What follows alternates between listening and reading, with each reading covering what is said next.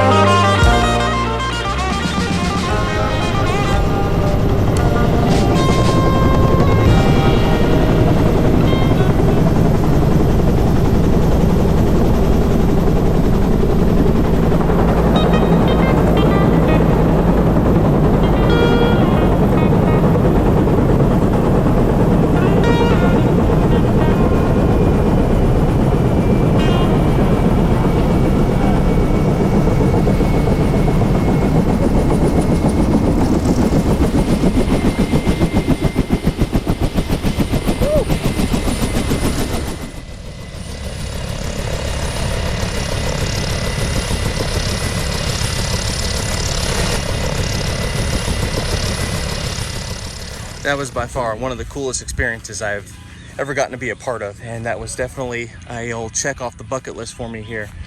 Man, that went by so quick, but there were periods where I felt like it was moving in slow motion, especially when we were landing. We were getting closer to the ground. My adrenaline was pumping, almost as if we were getting ready to hit an LZ.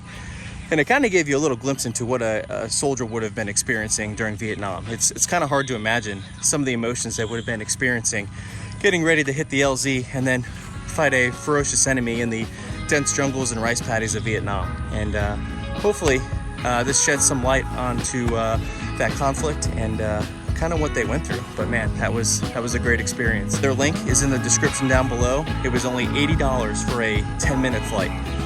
Well worth every penny. I may do it again. But yeah, all their information is in the description below.